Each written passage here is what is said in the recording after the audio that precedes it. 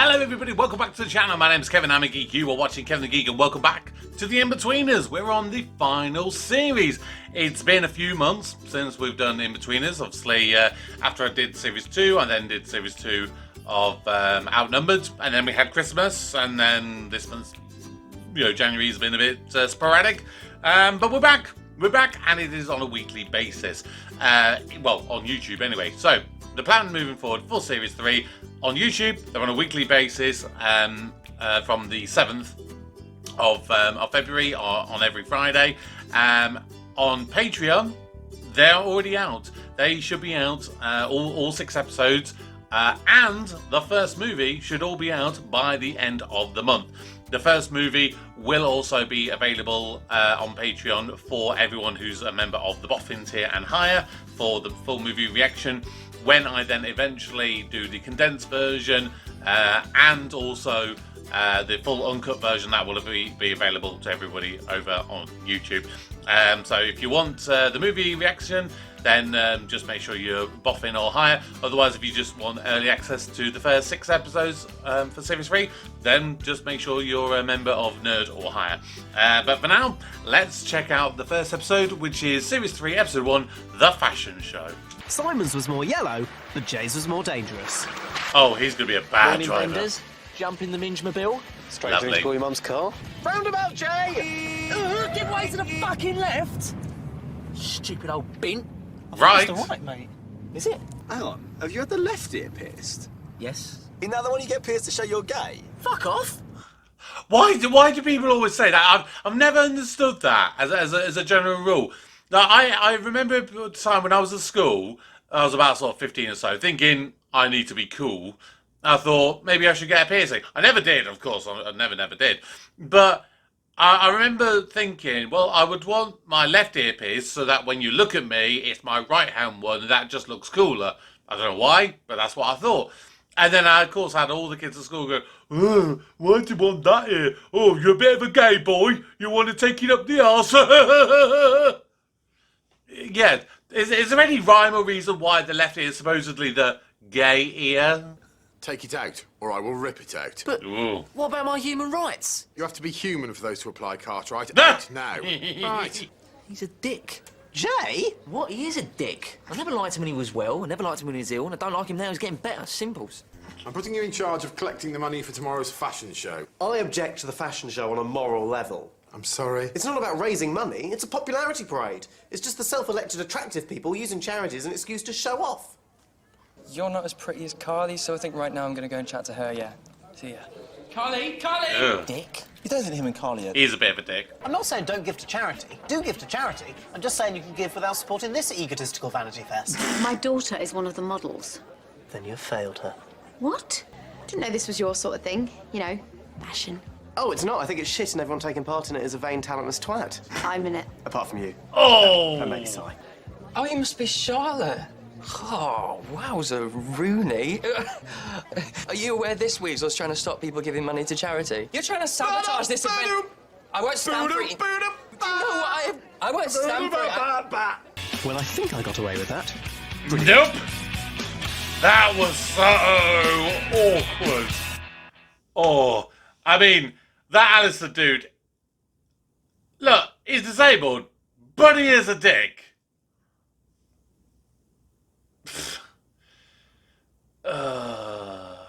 They're both pretty dickish in this one, isn't they? I hope one day you get a serious illness too. Oof. Oh, fuck off, Alistair, you dick. We'll put you in You're the a face. dick. It wasn't a joke. No, there is nothing funny about testicles, Cooper, as you'll discover tomorrow in my office. What? What? Sir, that sounds a bit weird. Yeah. Oh, God. Very good start to the series. I'm kind of conflicted a little bit with Will, because I do definitely agree with him that there is a lot of times that in the names of charity you can do stuff which is very self-serving, self-congratulatory and things, and a bit of a popularity contest. So it's an awkward place to be. It's like, you're doing it for charity, but then the people that are doing it for charity are kind of, you know, self-obsessed pricks. So yeah, it's a hard one, but you shouldn't really be trying to stop them from. Well, I mean, I guess he wasn't trying to stop them from giving to charity, well, because he was like, I encourage you to give to charity, just not indulging it in this manner. But the flip side is, by doing that, you are still trying to stop them from at least contributing for this charity event. Yeah, it's awkward. Now, I like what they did with this Alistair character. And I sort of alluded to it in that reaction. What I liked is they put in a bit of representation, but not in the usual way. And what I mean by that is there's clearly a desire within television and movies and whatnot to make sure that there is a good amount of representation. You know, whether it be ethnicity, whether it be religious, what's the word? I've forgotten the word I literally was just saying. Representation, religious representation, or disability-based representation, or LGBTQ, or whatever. But I think my opinion of stuff that I've seen, so it's not a general view, it's just based on my own personal experiences. It's very often when they want, when they do put in these instances of representation, they often want to make them as positive as possible. And like Russell T Davies sort of alluded to that when he came back as showrunner. The first thing that came out for Doctor Who was the Comic Relief Children Need special, where you show Davros as a normal-bodied man again, rather than being in the sort of Dalek wheelchair, basically, that he has been in, I think, in pretty much every appearance. I actually did a video where I talked about that and about representation. But Russell T Davies was basically saying, you know, we want to kind of take away the image of Davros in his chair, and so moving forward we'll only see him without the chair, basically. And his reasoning behind that is because he feels that it's given a bad case of representation to people in wheelchairs. And maybe that's when he went so hard when the proper episodes came in and they brought in, I think it was the character of Shirley, if I remember rightly, who of course was also in a wheelchair, and he tried very hard to make her very likeable and have like rockets coming from her wheelchair and stuff like that. Which is fine. I have no issues with wanting to do that. But the problem is, you can have people who are disabled and in wheelchairs who are dicks. You can have them. Just because you're in a wheelchair does not mean that you can't be a dick. And this guy was a dick. He's the kind of person that, in some cases, the way he was carrying on, you're like, dude, you kind of deserve a punch in the mouth.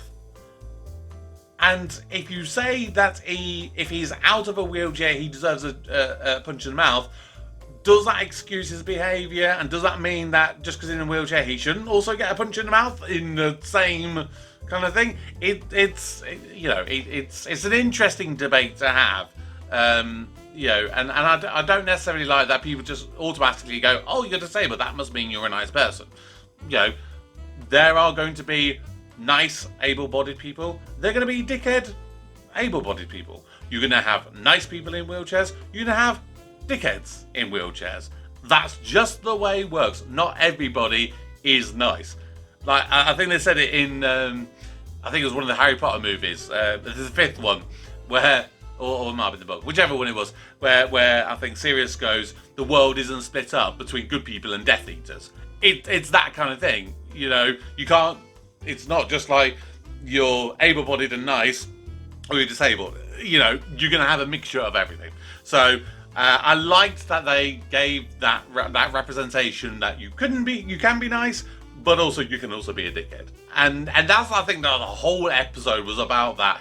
You can be a really nice person, but you can also be a dickhead. And that applied to every single character, I think, in this episode. So I think kudos to him. I think it was a really well-written episode, really well-performed episode. Just why did you keep showing Simon's testicle? Oh, that image is going to live me for a long, long time. And not for good reasons. Well, that's going to do it for this episode. Don't forget, if you're watching this on YouTube and you want to see all of the other 5 episodes, they're available right now over on Patreon. So head on over there, you can check them all out.